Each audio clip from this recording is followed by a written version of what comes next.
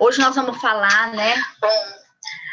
Nós vamos falar como entender a ansiedade, como que a gente pode entender como cada tipo de eneagrama, cada tipo de personalidade, né, vive a ansiedade. Então, a gente sabe que cada pessoa é de um jeito e a gente não vive a ansiedade da mesma forma. Tem pessoas que se estressam com algumas coisas e outras pessoas se estressam com outra. Às vezes, coisas que para a gente, né, pode passar despercebido, não nos afetar de uma certa forma, né, de nenhuma forma, para outras pessoas é muito impactante e a gente muitas vezes fica sem entender, né, e isso gera muitos conflitos entre as pessoas. Por que que fulano se estressa tanto com alguma coisa tão banal, né? E assim, cada pessoa, dependendo da personalidade, dependendo do modo da pessoa tem de ver o mundo, ela vai ser impactada, né, pelos acontecimentos do mundo de uma forma diferente. Então, isso vai valer muito também para a ansiedade, para os medos, né? Cada um de nós teme coisas diferentes, então, coisas diferentes vão gerar em nós ansiedade. E eu vou falar sobre o ponto de vista do eneagrama. O eneagrama, né, para quem não conhece, é um mapa, né, psicoespiritual que descreve toda a população do mundo em 9 tipos de personalidades. Então, o Enneagrama considera que que toda a população, né, pode ser dividida em 9 personalidades diferentes. E cada tipo de personalidade vai ter uma visão para o mundo. Pensa, é como se a gente tivesse, né, uma sala, um cômodo, uma casa, né, redonda, com vários quartos, cada qual tendo uma janela, né, voltado para a rua. Então, se você olha por uma janela, você vai ter uma visão do mundo. Se você olha por outra janela, você vai ter outra visão do mundo. E é justamente isso, né? 9 tipos, 9 visões diferentes, 9 sentimentos diferentes e 9 comportamentos diferentes. Então, cada coisa vai nos estressar de forma diferente. E é sobre isso que nós vamos falar aqui hoje. Então, como cada pessoa, né, cada tipo de personalidade se estressa, né? E como que nós, psicólogos, né? Tem muitos psicólogos que me seguem, né? Como nós, psicólogos, podemos ajudar o nosso cliente a entender a sua visão, entender por que ele se estressa com determinadas coisas, enquanto os familiares, as pessoas próximas a ele não se estressam, parece que não ser impactada por aquelas coisas, né? E como que a gente pode ajudar também, né, o nosso cliente a lidar com essas coisas que o estressam tanto. Então, eu sou Lena Moreira, eu sou psicóloga em Fortaleza e eu tenho um curso de Enneagrama específico, né, voltado para psicólogos. Então, a ansiedade, né, ela é personalizada. A ansiedade não é, né, geral para todo mundo. Então, o que é ansiedade, né? A ansiedade é um mal-estar, né, que as pessoas sentem. É claro que varia de grau, né, para várias pessoas, e tem vários tipos de ansiedade. Se você tiver interesse em conhecer mais, né, os vários tipos de ansiedade, eu tenho uma aula que eu posso disponibilizar para você, depois você me pede por mensagem, por aqui mesmo, pelo YouTube, ou pelo Instagram, ou pelo WhatsApp, que eu posso te disponibilizar. Tem vários tipos de ansiedade, né? Desde aquela ansiedade generalizada, que são aquelas pessoas que se estressam por uma variedade de coisas, né? Tem o estresse, o transtorno de estresse pós-traumático, né? Que aquele estresse que advém depois de de algo muito forte que aconteceu para a pessoa, né? Um acidente, um assalto, alguma coisa. E a ansiedade, a gente pode dizer, né? O estresse de uma forma geral, porque a ansiedade, ela é muito derivada do estresse, né? Então, o estresse, ele pode ser um estresse de fundo, ou seja, aquele estresse pequeno e constante durante muito tempo, ou ele pode ser um pico de estresse muito grande, né? Que o estresse pós-traumático, que a gente fala, né? Que a gente tem um pico de estresse muito grande, que a pessoa não consegue lidar com aquilo e aquilo fica impregnado nela, né? Gerando uma ansiedade muito grande, né? E tem outros tipos de ansiedade também, como a síndrome do pânico, né? Que é aquele ataque, né? Em alguns momentos, que é aquela ansiedade muito forte, né? Que a pessoa sente que vai morrer, sente que perde o controle, até mesmo do seu próprio corpo, né? Que são as crises de ansiedade, né? E também tem o transtorno obsessivo compulsivo, né, o TOC, que é aquele transtorno que é devido aos pensamentos repetitivos, né, pensamentos insistentes, né, que ficam vindo, e a pessoa tem o ímpeto de fazer alguma coisa para se livrar do pensamento, né? Então ela se obriga a ter algum comportamento, né, para diminuir esse pensamento, né? Na esperança que aquele pensamento diminua. Então, e tem também as fobias, né? Que são as fobias de uma forma geral, né? Que também geram a ansiedade. Principalmente quando as pessoas têm fobia de algumas coisas e elas são obrigadas a conviver com aquilo, né? No dia a dia. E é claro que cada personalidade, cada pessoa vai sentir essa ansiedade de uma determinada forma, de uma maneira diferente, né? E isso tem a ver como, né, a gente vê o mundo, como a gente sente o mundo. E como que a gente vê, né? A gente vê o mundo através de uma lente. Por isso que a gente diz que a gente não vê o mundo de uma forma generalizada, todo mundo do mesmo jeito, né? A gente a gente vê o mundo e a gente sente como se a gente tivesse uma lente. E essa lente vem, né, da nossa personalidade. Então, a gente vai ver que o Enneagrama, ele considera que existem 9 lentes diferentes. A princípio, né? E depois a gente vai começar a estudar o Enneagrama mais a fundo e a gente vai ver que essas 9 lentes se transformam em 27, depois em 54, depois em 108, que a coisa é mais complexa. Mas, a princípio, a gente pode considerar que são 9 lentes diferentes, né? E essas lentes, ela vai moldar o nosso modo de ver o mundo, de pensar o mundo, né? De sentir e de fazer. E dependendo, né, qual o nosso tipo de personalidade, a gente vai pensar, sentir e agir de formas diferentes. E no Enneagrama, né, um dos princípios básicos que a gente traz é que essa personalidade a gente desenvolve nos primeiros anos de vida. Principalmente durante os 5, 7 primeiros anos de vida. Mas essa personalidade, ela não depende só do nosso meio, né, das nossas experiências, mas ela tem origem na nossa essência, ou seja, naquilo que a gente já traz conosco.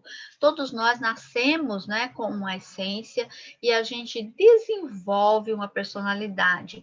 E essa personalidade, ela vai ajudar a gente estar aqui nesse mundo, a gente se defender, né, e a gente sobreviver.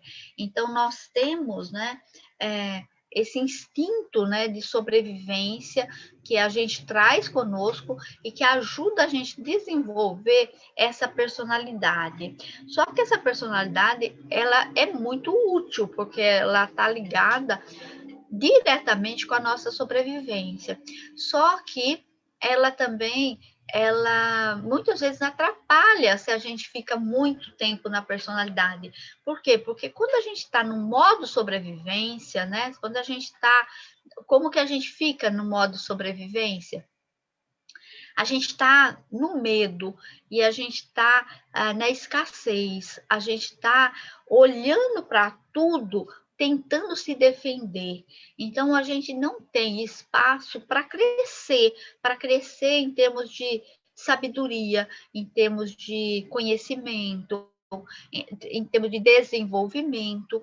Isso a gente vai alcançar quando a gente consegue, né, minimizar essa personalidade, quando a gente consegue sentir, né, que a nossa sobrevivência está garantida. Se você se lembra, né, da pirâmide de Maslow, a gente só vai, né, para as instâncias mais altas da pirâmide quando a nossa base, né, está garantida. Então, nós precisamos ter, né, a nossa sobrevivência garantida. E a sobrevivência, ela está relacionada com comida, com casa, com segurança. Então, na personalidade, é dessas coisas que a gente vai cuidar, né? Que a gente vai estar voltado para cuidar disso, né? E enquanto que na essência, a gente tem mais voltado para o nosso desenvolvimento, né? A gente tem a nossa mente superior, que a gente chama também de sábio interno, né? Que é aquele ser que está dentro de nós, que todos nós temos dentro de nós, que está voltado para o nosso desenvolvimento, para o nosso crescimento, para a compaixão, para a amorosidade. Enquanto que na personalidade é mais o papel do crítico, é aquele que está sempre, né, buscando a sobrevivência, buscando corrigir, buscando acertar, está no julgamento, né? Então, são os dois modos da nossa mente atuar. Então, ela pode atuar como nossa amiga, né? Trazendo amorosidade, trazendo compaixão, trazendo desenvolvimento, mas também ela pode se tornar nossa inimiga quando ela ficar presa na sobrevivência. A sobrevivência é importante, só que não precisa a gente estar só na sobrevivência, né? Então a gente tem que ter, né, a nossa personalidade, mas ela não pode dirigir a nossa vida. Ela tem que dar, né, a direção para o nosso sábio, para a nossa essência, né? Que tem a sabedoria, né? De nos levar por caminhos melhores. E a personalidade, o crítico, né? Essa parte nossa que está ligada na sobrevivência, ela pode ficar como pano de fundo, né? Esse é o desejável, que a gente tenha os dois, sim, mas que a gente trabalhe de forma para que a personalidade não fique no controle, mas que a gente deixe o controle, né, com o nosso sábio, né, com a nossa mente, nossa essência. Aqui um pouquinho do que eu tinha falado, né, os dois modos da gente atuar, né, do cérebro atuar, a sobrevivência e o desenvolvimento, né, aqui a essência e a personalidade. Então, a sobrevivência, ela está muito ligada, né, ao nosso cérebro reptiliano, que é o cérebro mais antigo, e a amígdala, né, que ativa, né, quando ela sente que a nossa sobrevivência está ameaçada e ela dá um comando para o corpo gerar outras substâncias para preparar o nosso corpo para nos defender, ou lutando ou fugindo, né? Que os principais elementos são o cortisol e a adrenalina, né? Que nos dá força muscular, que nos gera mais oxigenação no sangue, que nos prepara realmente, prepara o corpo, né? Para se defender, para lutar ou para fugir. Quando a gente está no modo sobrevivência, às vezes a gente faz coisas que a gente nem imagina que a gente conseguiria fazer. Eu, uma vez, o meu filho, né, ele entrou com a cabeça embaixo de um guarda-roupa e ele ficou preso, porque ele colocou a cabeça e virou, e ficou preso. E minha mãe não conseguia tirar, e ele começou a gritar, chorar lá embaixo, e eu, afobada, não sabia, né? Nem pensei, não pensei. Simplesmente eu peguei o guarda-roupa e levantei, e puxei, minha mãe puxou ele, né? E depois, né, do caso passado, eu fui tentar mover, né, ver o guarda-roupa, e o guarda-roupa pesadíssimo, que não conseguia mover de jeito nenhum, nem empurrando, dirá levantando. Quer dizer, a gente vê uma força, né, que a gente não sabe de onde vem. E essa força está dentro de nós. Né? Enquanto que aqui no desenvolvimento a coisa é mais calma, né? E está mais relacionado com o neocórtex, principalmente o pré-frontal, que é o nosso cérebro, né? O último cérebro a ser desenvolvido, a última parte do cérebro a ser desenvolvido. O neocórtex pré-frontal, ele é desenvolvido já no final da adolescência, né? Quer dizer, a gente já nasce com ele, mas ele se desenvolve, né? Ele tem uma segunda etapa de desenvolvimento, que é quando ele se desenvolve mesmo, entre os 15 e os 21 anos, né? 25 anos. Então, a gente ainda, que é quando a gente consegue, né? A trabalhar mais a empatia, a amorosidade, essa questão de a gente se colocar no lugar do outro, né? A compaixão. Então, isso é interessante, porque quem trabalha com criança, né? Às vezes a gente quer cobrar de uma criança o que ela não pode dar, né? A criança, ela não tem muita noção ainda de compaixão, de solidariedade, porque ela não tem nem o físico dela desenvolvido para ter, né, esses insumos. Eu acho bem interessante isso, né? A gente pensar nisso, né? Que que esse cérebro, né, o neocórtex pré-frontal, é desenvolvido quando a gente está mais velho, né? E ele está relacionado, né, com a liberação da serotonina e da dopamina, que são hormônios do bem-estar.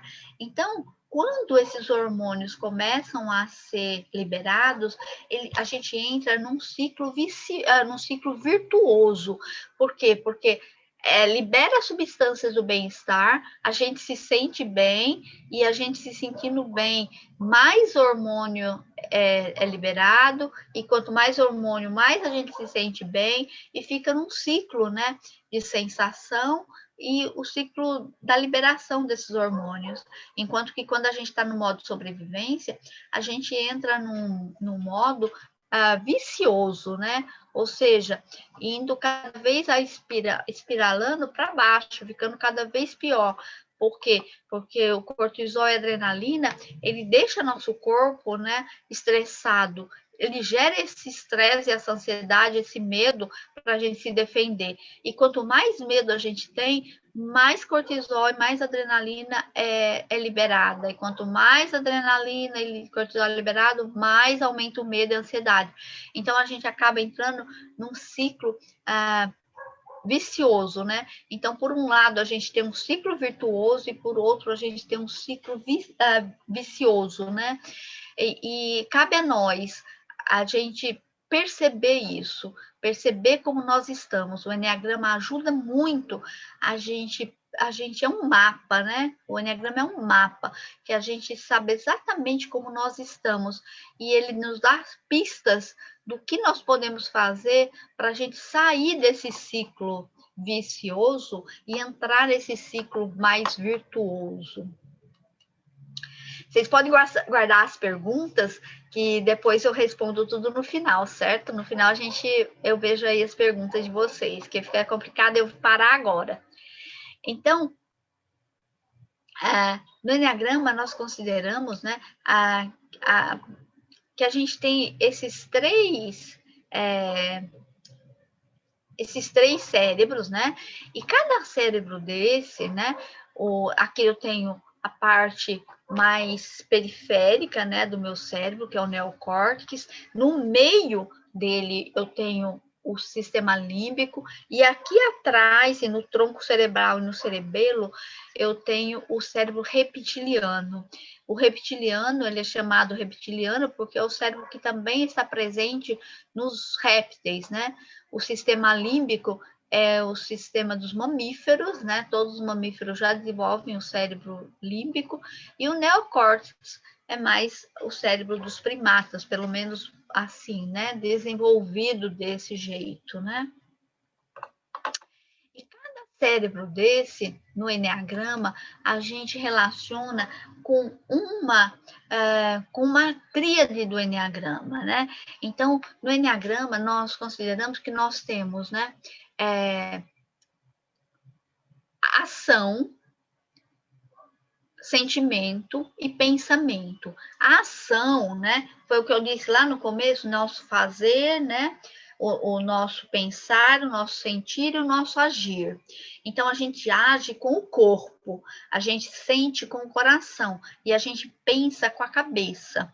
Então, essa separação aqui no enneagrama a gente chama de centros de inteligência, que é o centro de inteligência físico, o centro de inteligência emocional e o centro de inteligência racional. Todos nós temos os três centros, né? Lógico, nós temos o corpo, nós agimos, né? Nós temos o corpo, nós temos o coração e nós temos cabeça, nós temos os três. Só que algumas pessoas são mais dirigidas pelo corpo, algumas pessoas são mais dirigidas pelo coração, ou seja, pelo sentimento, e algumas pessoas são mais dirigidas pelo pensamento. Então, as pessoas que são mais dirigidas pela ação, né, do corpo são os tipo 8, 9 e 1 do enneagrama. E a necessidade que esses tipos têm é de autonomia.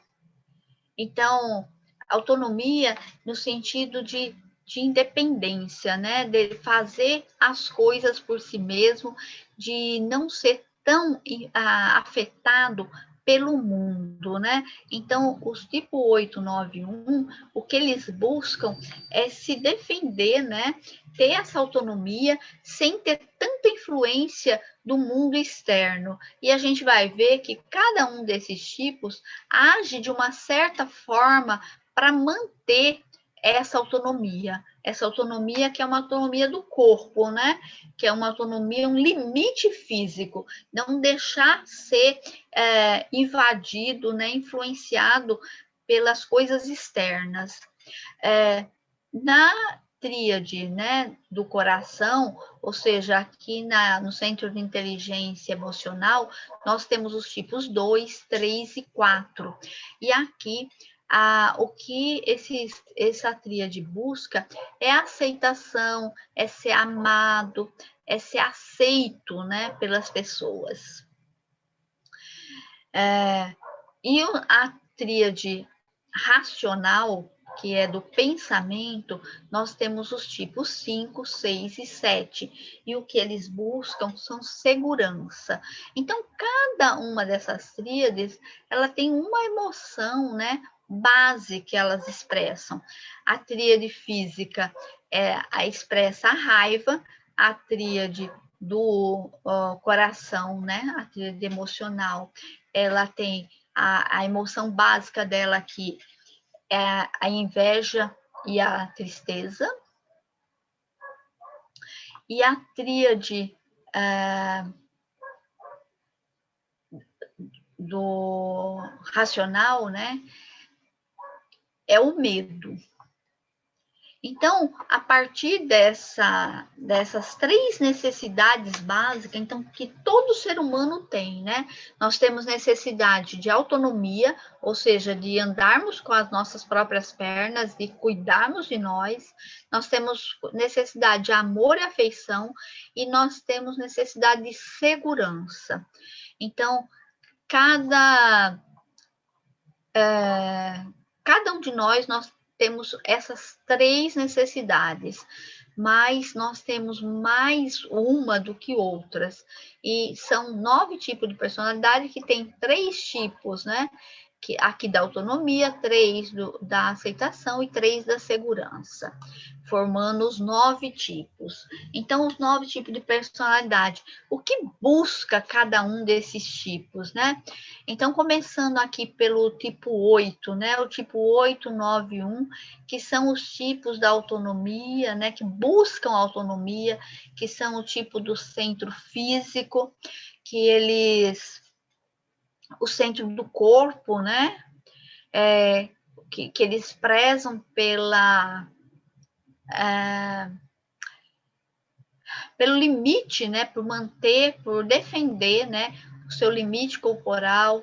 Então, como que o tipo 8 faz isso? O tipo 8 faz isso colocando a energia dele para fora. Então, é como se ele empurrasse o mundo. Ele faz isso de uma forma controladora. Então, o tipo 8, ele controla o que vem de fora. Então, ele controla o que vem de fora, né? Ele controla para que isso não o atinja, né? Então, ele está sempre assim, ele se defende, né? Ele se defende muitas vezes atacando. É um tipo muito forte, né? Que para ele é muito importante o poder e o controle. A crença dele é que se ele não controlar, ele é controlado. Então, ele defende a autonomia dele, né? Controlando os outros. Enquanto que o tipo 1, ele é o tipo que é chamado, né, considerado o tipo mais perfeccionista do Enneagrama, né? E ele defende a autonomia dele controlando o mundo interno. Então, como que ele faz isso?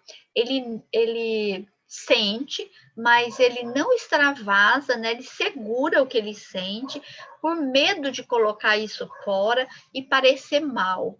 Então, enquanto que a gente lembrando, né, que nessa tríade a emoção básica dessa tríade é a raiva, então enquanto que o 8 joga a raiva dele para fora, né, controlando, né, o outro, né, para mim comigo você não faz isso, a mim você não fere, a mim você não controla. O tipo 1, ele joga a raiva dele para dentro. Por quê? Porque ele acredita que se ele deixar essa raiva, né, tudo isso que ele sente vir à tona, vir para fora, ele pode magoar as pessoas, ele pode não controlar isso, e daí ele vai meter os pés pelas mãos, e o objetivo dele, que é ser perfeito, vai por água abaixo. Então, ele, nesse intuito, né, de fazer as coisas bem feitas, de ser bom, ele segura a raiva dele. Então, são 2 tipos, assim, bem, né, antagônicos. E o tipo 9, ele está aqui no meio, né, desses 2. Ele é o centro aqui da tríade do centro prático, né? E o que ele busca, né, o tipo 9, é a harmonia. E aqui a gente fala que ele é esquivo porque ele foge dos conflitos, então ele busca a harmonia. Então, como que ele faz isso? Ele controla, né, a energia dele, tanto de forma externa como interna. Ele percebe, né, que as coisas o atingem, né, vem de fora, mas ele não devolve, ele segura. Então, ele sente como tipo 8, né, que as coisas vêm de fora, mas ele não se defende como tipo 8. Ele engole. Então, para evitar, né, ele engole, na verdade, ele quase não sente, né? A coisa vem, ele percebe, mas ele como se ele dissimulasse dentro dele, mas isso é inconsciente. Para quê? Para manter harmonia, para não criar nenhum conflito. Então ele controla tanto o que vem de fora como o que vem de dentro dele, né? Ele controla o que entra e o que sai dele com o objetivo de manter essa harmonia. O tipo 2, 3 e 4, que são os tipos do centro emocional, né? O objetivo deles aqui é ser amado, se conectar com o outro, né?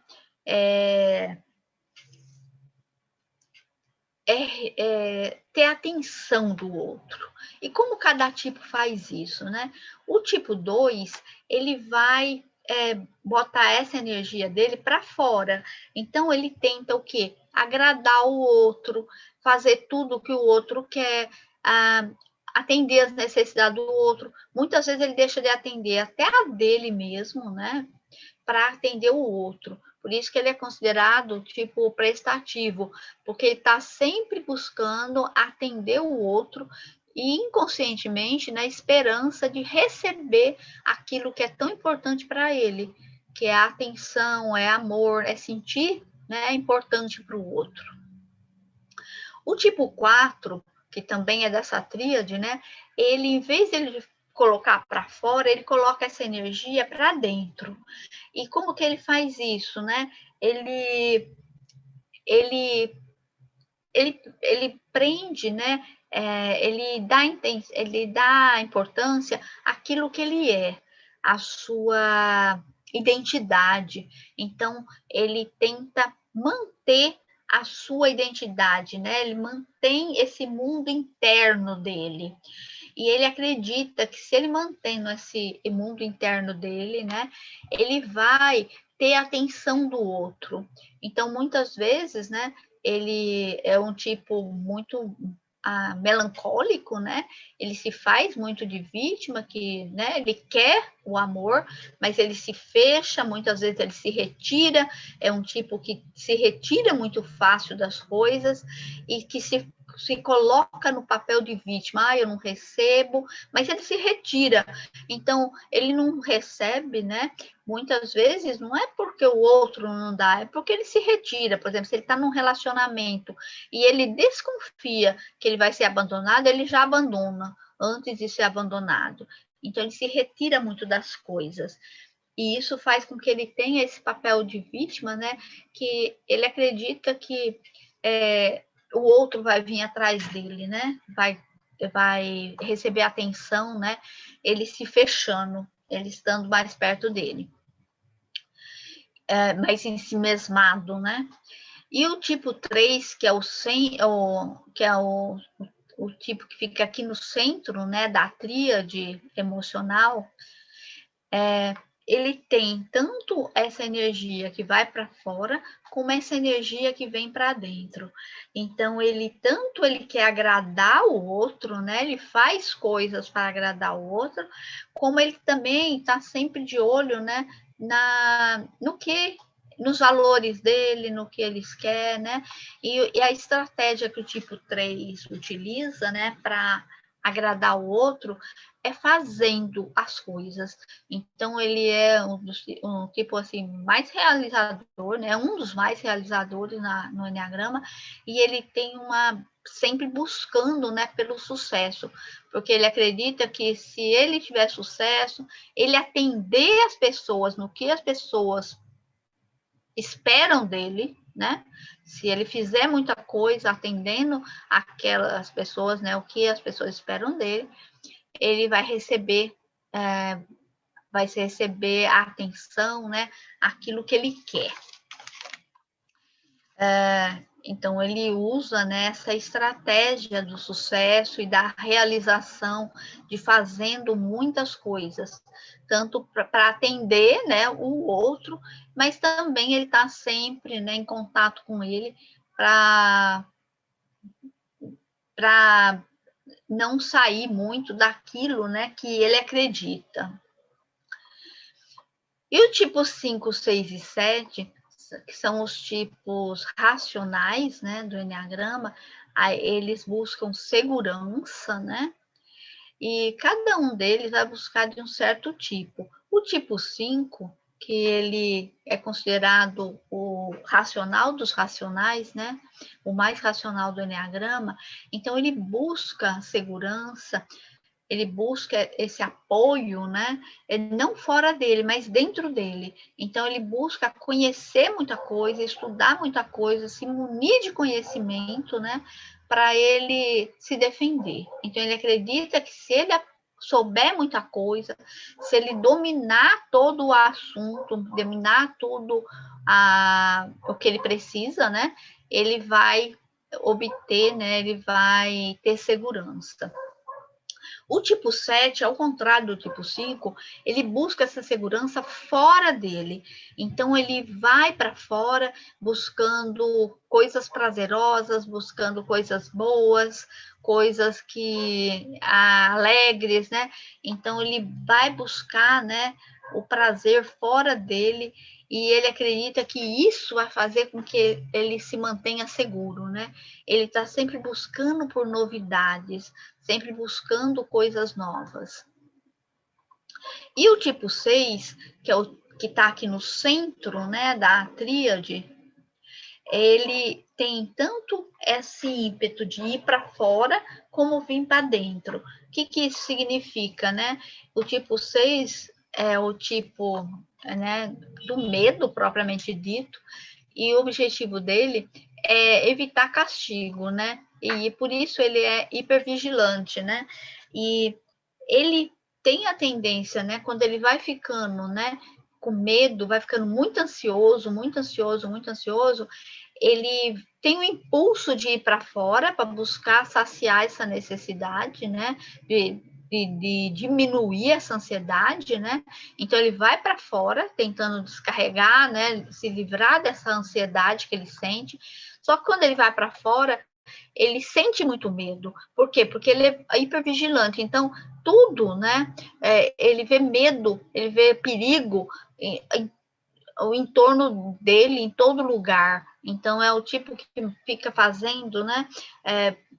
Cenários, imaginando o perigo que tem em todas as coisas. Então, quando ele vai para fora e começa a sentir medo de tudo, ele vem, ele volta, né? Ele se recolhe. Então, ele fica nesse vai e vem. Ele se recolhe, mas quando ele fica com ele mesmo, né? Vai para dentro, ele fica com muita ansiedade, e nessa ansiedade ele vai para fora e volta, né? Fica nesse efeito elástico.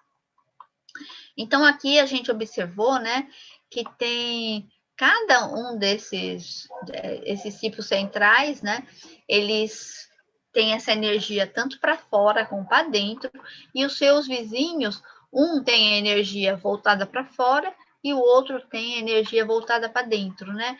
E isso faz com que cada tipo tenha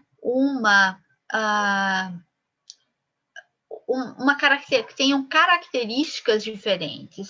Mesmo que eu tenha aqui, né, o mesmo centro, né, que buscam a mesma coisa, tem a mesma emoção básica, só que como eles lidam com essa emoção básica, né, com essa energia gerada pela emoção básica, é diferente. Então, isso vai dar características diferentes. Por isso que nós temos os 9 tipos. E fazendo um resumo aqui para vocês, né? Então, nós temos aqui os 9 tipos, né? E as características básicas de cada um. É legal, se você que está me assistindo, você ir observando, né? Eu sei que é muito pouco, a gente não pode se definir por um tipo ou outro só com uma lista, né, de características. Eu acho que a gente se caracterizar, né, se encontrar nessa tipologia do Enneagrama, você tem que fazer mais, é uma coisa um pouco mais profunda, você tem que vivenciar, você tem que sentir, você tem que se observar, é muito mais profundo do que só ler e fazer um trabalho racional, né, de 1 hora aqui, e, tá, eu me identifico. É um pouquinho mais profundo. Mas, assim, de qualquer forma, você pode se observando, né?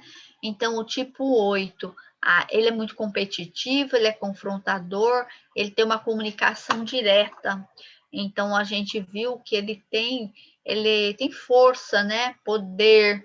Então, as características dele, ele valoriza o poder, o controle, né? E essas são as características dele. Aquele tipo que vai buscar o que ele quer e não deixa, né, não admite, né, que ninguém diga para ele o que ele fazer. Então, ele confronta, né, as pessoas. O tipo 9 é o tipo pacificador, ele busca harmonia, busca paz, então ele foge dos conflitos, é o tipo que ele prefere, né, não fazer as coisas que ele quer fazer para não ter conflito. Então, muitas vezes ele abre mão das coisas que ele tem que fazer, né, que ele gostaria de fazer, para não entrar em conflito com outras pessoas. E muitas vezes ele abdica das coisas dele para fazer as coisas dos outros. O tipo 1, né, que é o tipo do perfeccionismo, né? Ele é pontual, ele é metódico, ele segue regras. Então, ele é um tipo assim que faz as coisas, acredita que tem um jeito certo de fazer as coisas e que ele sabe e que ele faz as coisas certas. O tipo 2, né? Que é considerado o ajudante do Enneagrama. Então, ele se volta para o outro. Então, o que ele deseja, na verdade, é ser amado, é ser atendido nessa necessidade que ele tem de atenção, de amor, de carinho, mas ele se volta para ajudar o outro na esperança dele obter aquilo. Então, ele sempre está buscando ajudar, agradar, né? E muitas vezes ele deixa, né, de atender às próprias necessidades, muitas vezes ele nem percebe a necessidade dele para buscar atender a necessidade dos outros. Ele é muito assim, né? Uma analogia com o tipo 9,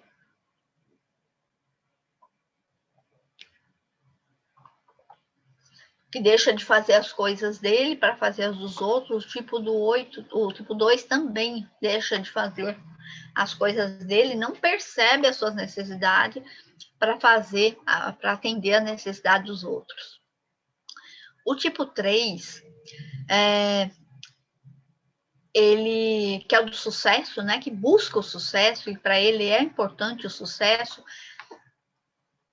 Ele acredita que se ele tiver sucesso, que se ele conseguir fazer as coisas, ele vai receber, né, atenção, vai receber amor, que o valor dele está naquilo que ele constrói, naquilo que ele faz, no sucesso que ele tem. Então, por isso que o tipo 3, ele é muito workaholic e muito competitivo. Então, ele trabalha muito. Ele trabalha muito e normalmente ele tem sucesso, porque ele trabalha incansavelmente para alcançar o sucesso que ele acredita que ele precisa e que ele merece, né? E que ele busca.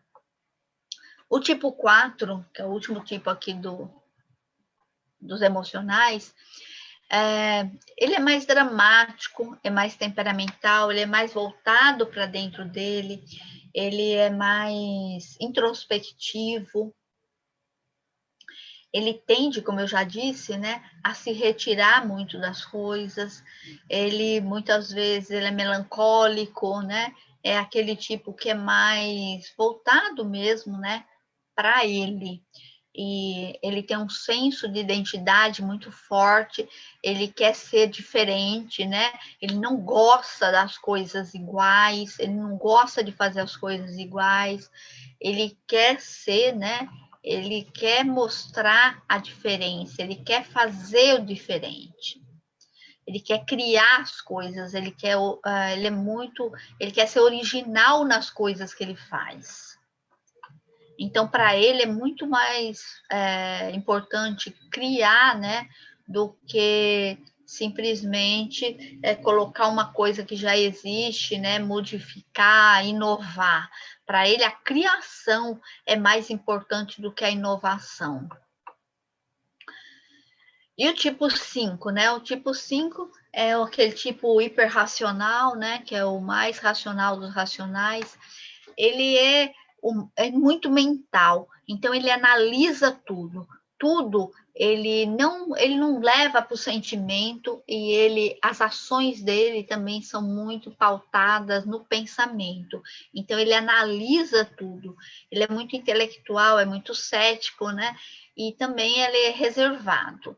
Não é que ele seja tímido, né? Muitos tipos 5 não são tímidos, eles conversam, mas ele é reservado principalmente com relação às coisas pessoais dele. Ele não fala muito de si. O tipo 6, né? Que é o tipo hipervigilante, né?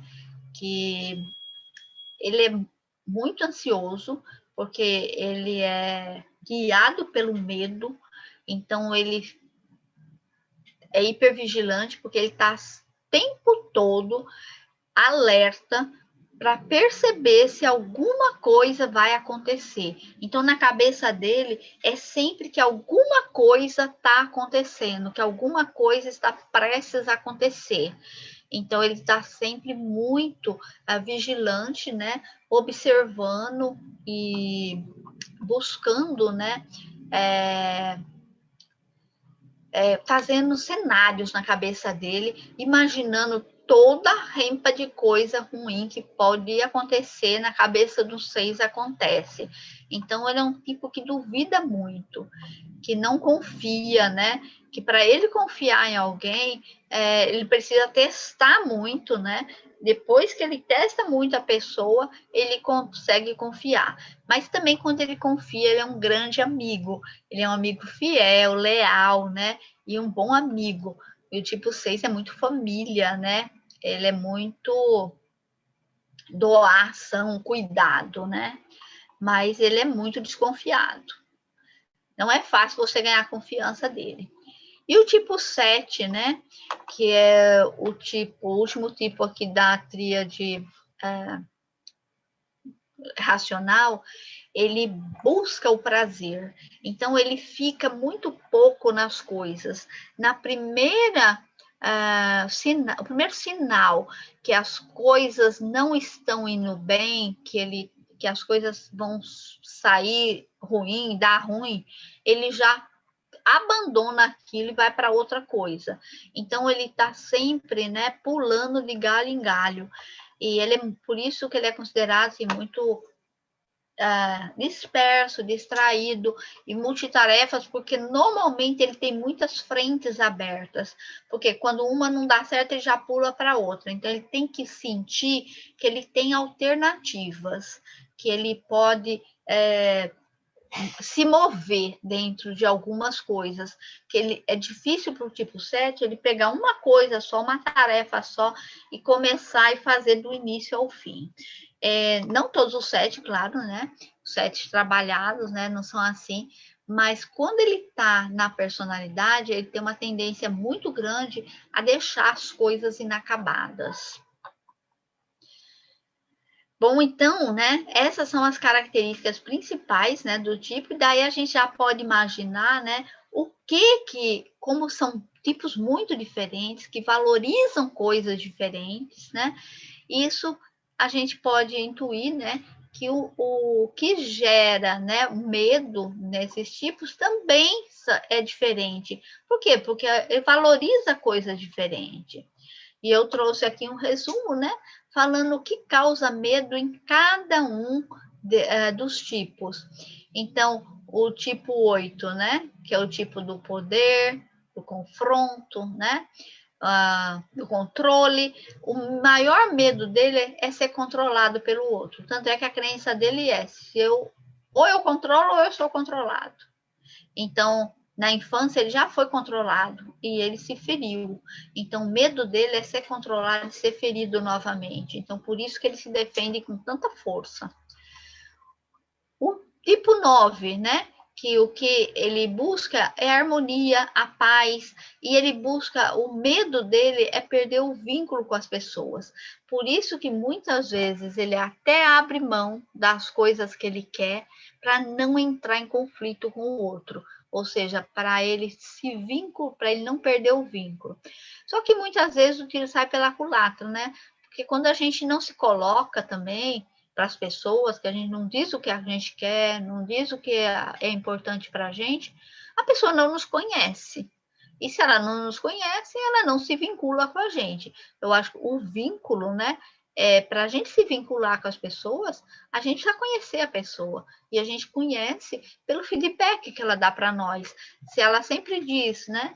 Ah, fulano, vamos sair? Vamos comer alguma coisa? Ah, tá, vamos. O que você quer? Onde nós vamos? Ah, você que sabe, você que sabe. Se ela nunca dá uma opinião de nada, se para ela sempre tanto faz, a gente fala assim, ah, a pessoa tanto faz, ela tá com a gente como não, né? É difícil a gente se vincular. Então, isso é o problema da personalidade, porque a personalidade, aquilo que ela mais defende, é aquilo que muitas vezes o tiro sai pela culatra e acaba, né, sendo ferida justamente naquilo que ela mais temia. O tipo 1, né? O tipo 1, que é do perfeccionismo, né? Então, o medo dele é de errar e de ser mal.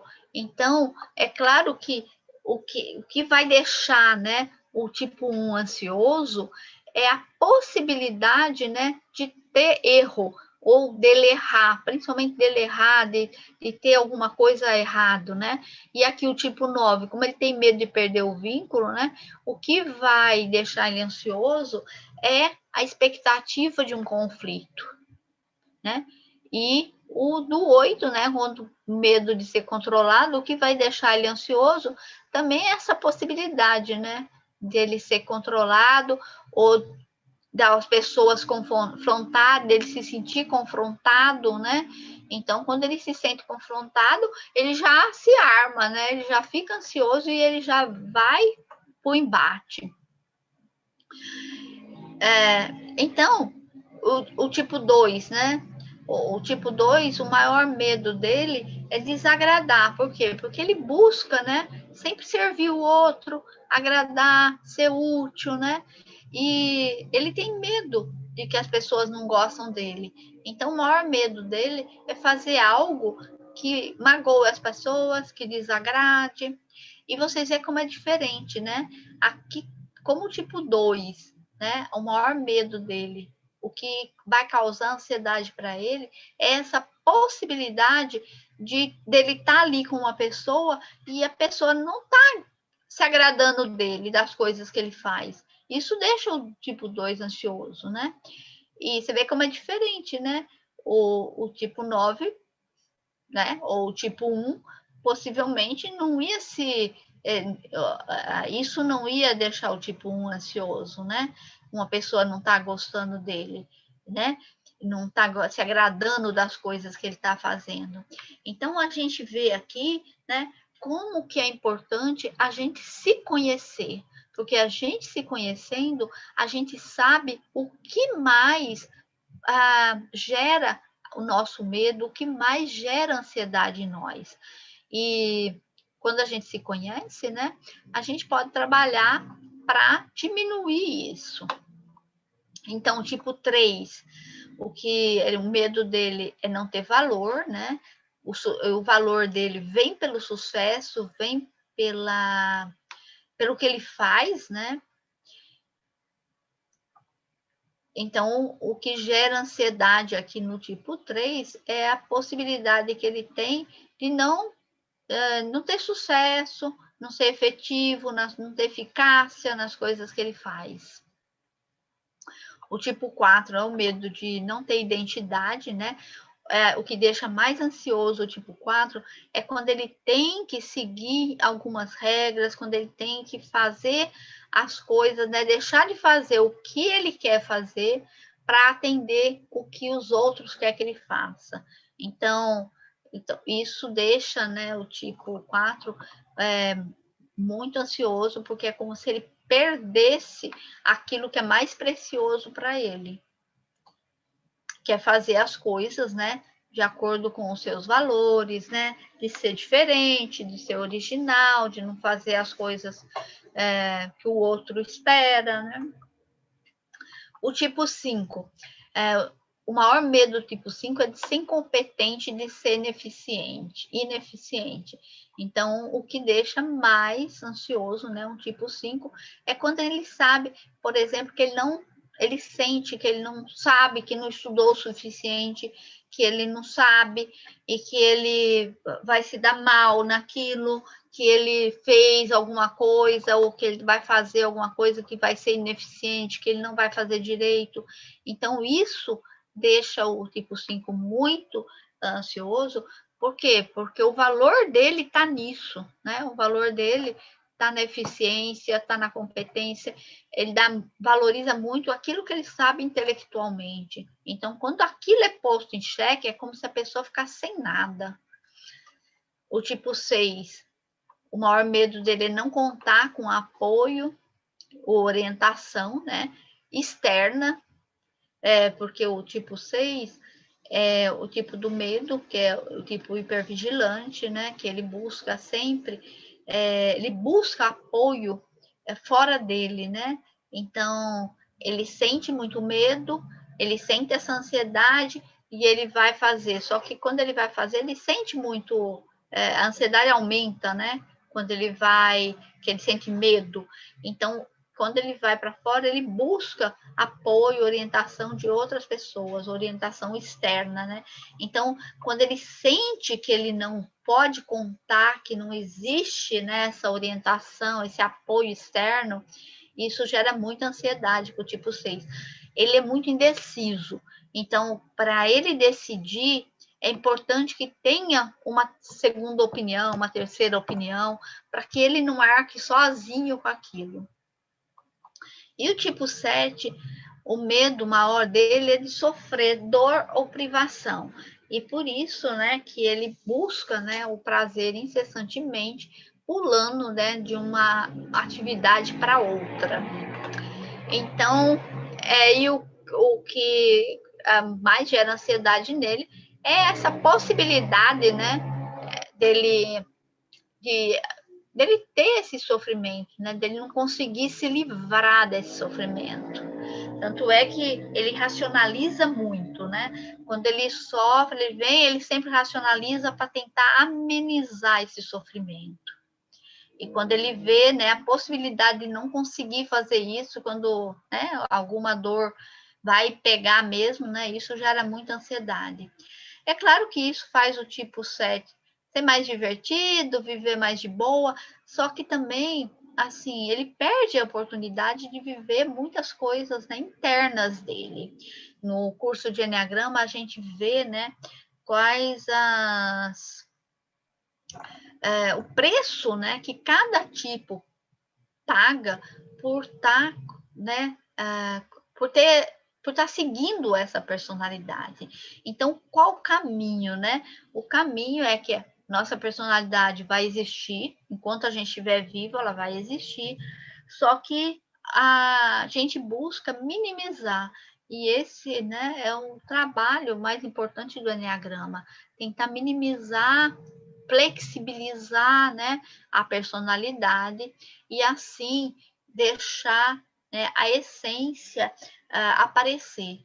Então a essência está lá, a essência não acontece nada com ela. Nós nascemos com ela e ela nos pertence, está dentro de nós.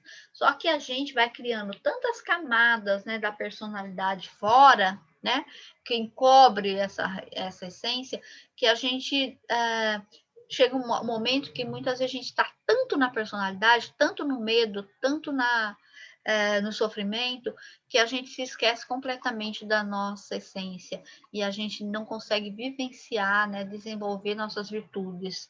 Então, o que a gente faz, né, com o trabalho do Enneagrama, é flexibilizar essa personalidade, é diminuir essa personalidade, né? Não precisa de tanto. Tem hora que a gente está seguro, que a gente não precisa ficar vigilante, que a gente pode descansar, pode relaxar. E isso faz com que a essência venha mais à tona. Então, no caso aqui da ansiedade, né? Como que a gente pode trabalhar os nossos medos e a nossa ansiedade? Então, uma das formas é nos conhecendo, né? Conhecer é poder. Então, quando a gente conhece a nossa personalidade, conhece o nosso modo de funcionar, conhece aquilo que nos deixa ansioso, aquilo que nos causa, né, que nos faz sentir mais medo, né? A gente tem possibilidade de sair disso. Então, a gente acolher esses medos, não negar, porque quando a gente nega, né, a gente varre para baixo do tapete, e a gente sabe que as coisas inconscientes, né? Quando a gente nega, a gente deixa, não toma consciência daquilo, o inconsciente, ele pode não estar aqui no pensamento, não estar aflorado, mas ele tem um grande efeito sobre nós. Então, quanto mais a gente traz as coisas para a consciência e mais a gente trabalha, menos efeito, né, sobre nós aquilo tem. O Jung já dizia isso, né? Então, quando a gente começa a conhecer nossa personalidade, eu sou tipo 2, eu sou tipo 4. Então, meu modo de agir, meu modo de ver o mundo, porque o Enneagrama é um mapa. Uma vez que a gente consegue se localizar ali dentro da mandala, ele te dá várias informações. Daí você pode perceber, né? Como que aquele modo de funcionar, né? Aqueles medos, eles afetam o nosso pensamento, nosso sentimento, né? O nosso comportamento. Tem pensamento duas vezes aqui, é comportamento, né? E quando a gente começa a perceber como que eles afetam, a gente fica consciente deles e a gente percebe quando isso está aflorando, né? Se a gente consegue ter uma constância, né, de manter essa consciência, esse estado de presença, né? A gente consegue escolher, né, agir com consciência.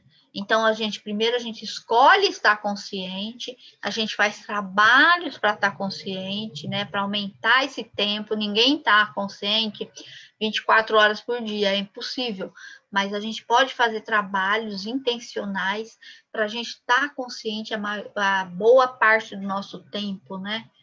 Vários momentos durante o nosso dia, e assim a gente agir com consciência. E quando a gente age com consciência, a gente pode escolher buscar uma atitude nova, diferente daquilo que a gente vem fazendo a vida toda, né? Que é aquilo, quando a gente age no medo, de acordo com o que a gente sempre agiu no passado, a gente está fazendo sempre igual, ou seja, a gente está num automatismo, a gente está numa repetição, e se a gente faz tudo igual, a gente vai ter os mesmos resultados. Então, a gente tem que perceber como que nós estamos e sair, quebrar esse ciclo, né, da repetição e buscar novas atitudes mais saudáveis, que nos façam sentir melhor. E como que a gente pode potencializar tudo isso, né? A gente pode potencializar isso com uma autoobservação constante, com meditação, com mindfulness, com técnicas corporais, de aterramento, né? De técnicas de presença, em que você se faz presente uma boa parte do tempo, e fazer isso uma constância, fazer isso uma coisa, como escovar o dente, um hábito. Me habituar a estar presente, né? Estar sempre presente, né? E percebendo. Pois é isso que eu tinha para falar para vocês. Eu vou aqui descompartilhar minha tela e eu vou tentar ver aqui se você tem alguma pergunta, se tem alguém aqui.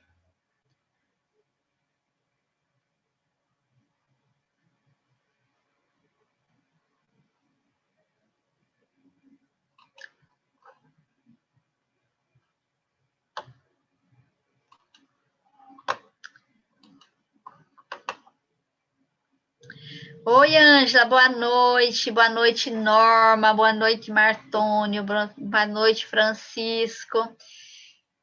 Como é que está? Me diga aí como que vocês... se eu falei alguma novidade, o que vocês acharam, como que vocês sentem, se vocês já têm ideia, né, do que pega mais para vocês, o que deixa mais ansioso.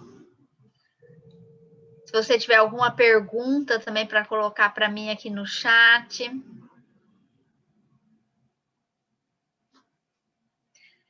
Eu estou aqui agora só, né, para ver se alguém tem alguma pergunta. E eu quero agradecer.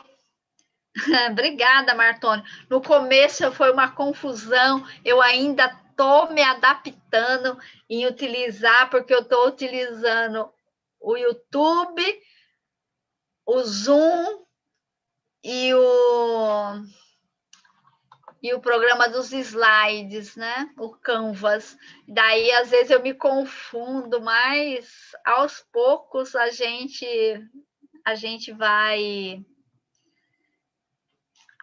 aprendendo aqui, né? Domar essa tecnologia.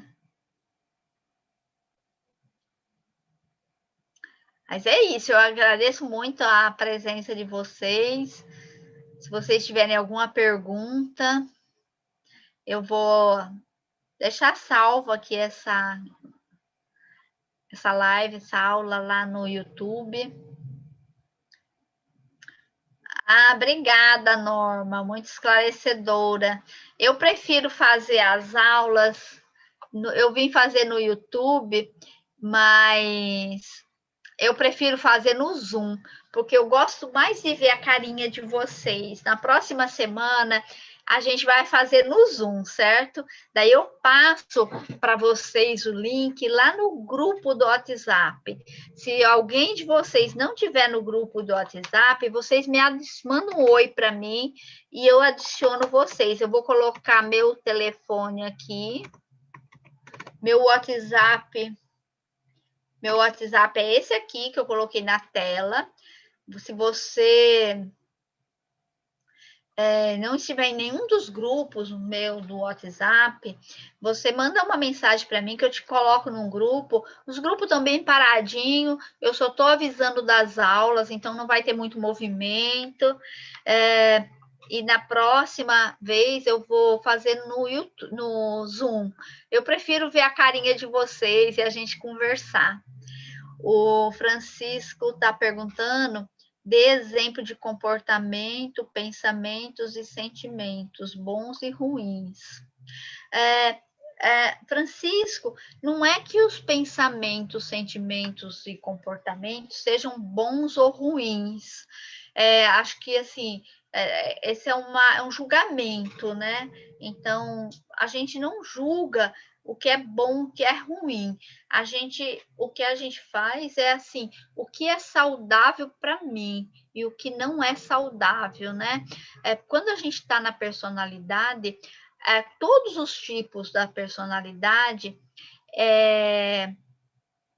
a gente está muito na subsistência, ou seja, a gente está muito na defensiva. E quando a gente está na defensiva, todos os nossos pensamentos são de medo e os nossos sentimentos também. Então, a gente pensa como que a gente se defende. Então, a gente fica muito na defensividade, né? É um sentimento de medo, um pensamento de como que eu vou me defender, como que eu vou... E o comportamento acaba seguindo, né, o pensamento e o sentimento. A gente vai se portar, né? A gente vai agir muitas vezes na defensiva. Às vezes uma pessoa diz uma coisa para a gente e às vezes ela nem está querendo, né, nos atingir, não. Às vezes ela está falando mais dela, às vezes ela está falando de coisas que ela acredita, só que se a gente estiver na defensiva, aquilo vai entrar de cheio para nós, e daí a gente vai, né, como nós estamos na defensiva, a gente vai ter um sentimento negativo, um sentimento de raiva, um sentimento de rancor com essa pessoa, e às vezes a gente é até rude com ela, e depois a pessoa fica até surpresa, nossa, o que foi isso, né? Eu não queria ofender, né? Então, é nesse sentido, não é que seja um sentimento bom ou ruim, é que às vezes eles não são saudáveis para nós. Quer dizer, quando a gente está, né, na defensiva, eles não são saudáveis. Por quê? Porque tudo a gente olha com esse viés, né, do perigo, da defensividade. né? E uma das coisas para a gente estar no nosso melhor, né? Que a gente está mais livre, né? Sair desse estado de sobrevivência. Por quê? Porque o estado de sobrevivência, ele requer muita energia. Então, a gente gasta muita energia, né? Para isso.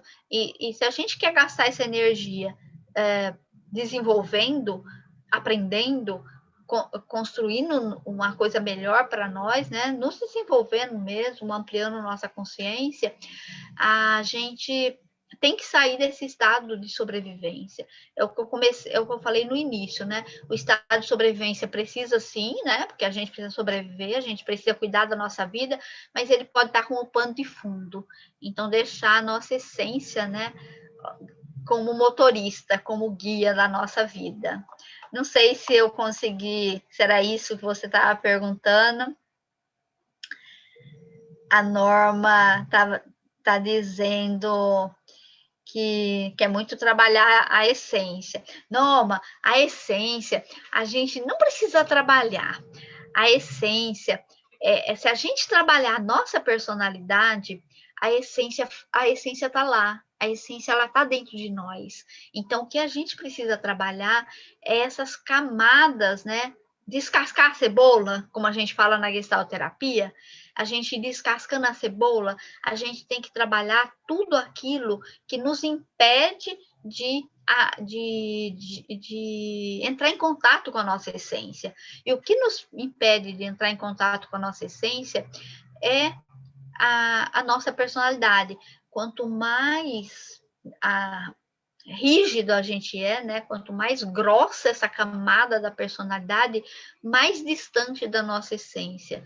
Então, a gente vem trabalhando, né, a nossa personalidade, buscando flexibilizar ela, sair desse estado de reatividade, e daí a nossa essência floresce, porque ela está ali. Com a essência, a gente não precisa fazer nada.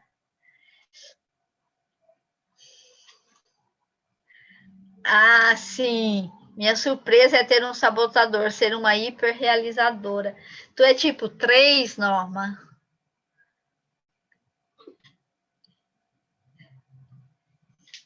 O tipo 3 realmente, né? Ele se sabota porque ele é o tipo emocional. E como emocional, ele tá ali no centro das emoções. Só que ele não sente. O tipo 3, ele tá muito mais voltado, né? Ele tá lá no 9, que ele tá muito mais voltado para a prática, né? Ele faz muita coisa e ele não sente. Então, ele se sabota nesse sentido, né? Nessa coisa do fazer, ele passa a vida toda fazendo. E além de tudo, é assim, porque às vezes eu acho muito bom a gente fazer as coisas, mas a gente faz e saboreia o sucesso, fica com ele. O tipo 3 não consegue ficar. Assim que ele consegue uma coisa, ele já coloca uma outra meta lá em cima. Então, ele está sempre buscando. Por isso que a gente fala que o pecado dele é a vaidade, né? A distorção, né, do sentimento dele é a vaidade, que é vanglória, né? É como se fosse uma glória vã. Ele corre atrás das coisas, ele quer o sucesso, mas nada preenche. Ele está sempre buscando. O Padre Domingos ele dá o exemplo, né?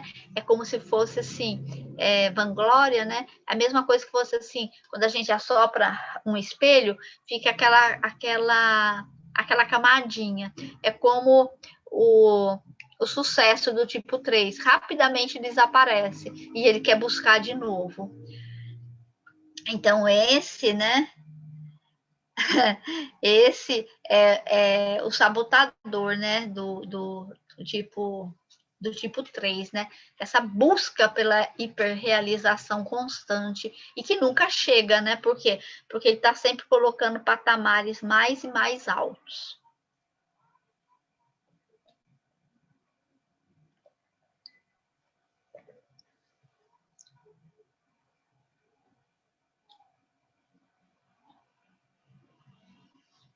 Ah, eu tinha entendido que você estava falando que era tipo 3, porque você falou da hiperrealização.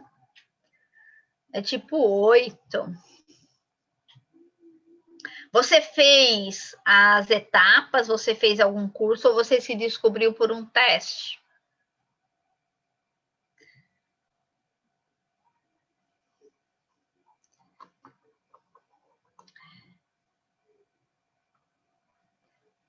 Todos vocês sabem, vocês que estão aqui, né? Vocês sabem o tipo de vocês?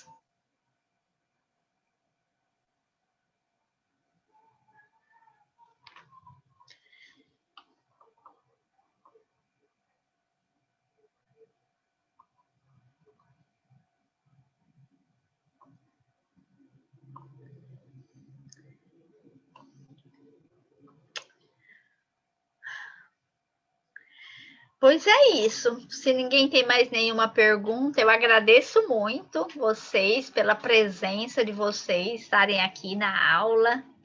Me desculpe aí o início, né, da aula, meio transtornada, mas a gente, da próxima vez, espero que seja melhor. Ah, você fez as 3 etapas. Você é daqui de Fortaleza, Norma? Você fez aqui com o Padre Domingos? Porque eu não sei quem mais dá assim nesse esquema, né, das 3 etapas. Porque tem pessoas que trabalham assim de forma diferente, né?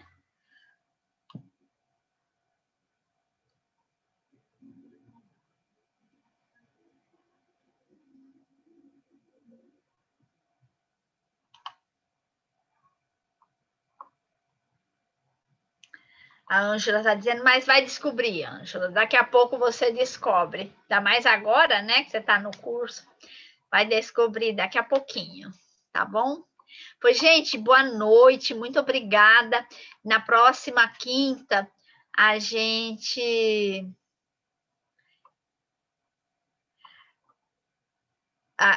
faz a aula, né? Eu vou pensar, mas ela vai fazer a aula no Zoom, tá certo? Que assim eu vejo vocês, vejo a carinha de vocês. Então, se programe aí, na próxima quinta nós estaremos aqui novamente. Tá bom?